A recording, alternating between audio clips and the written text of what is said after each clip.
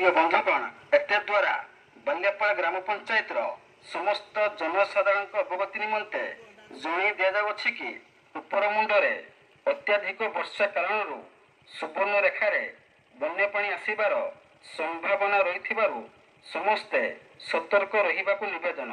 इति विनीत बनलता दास सरपंच बाल्यापाल ग्राम पंचायत।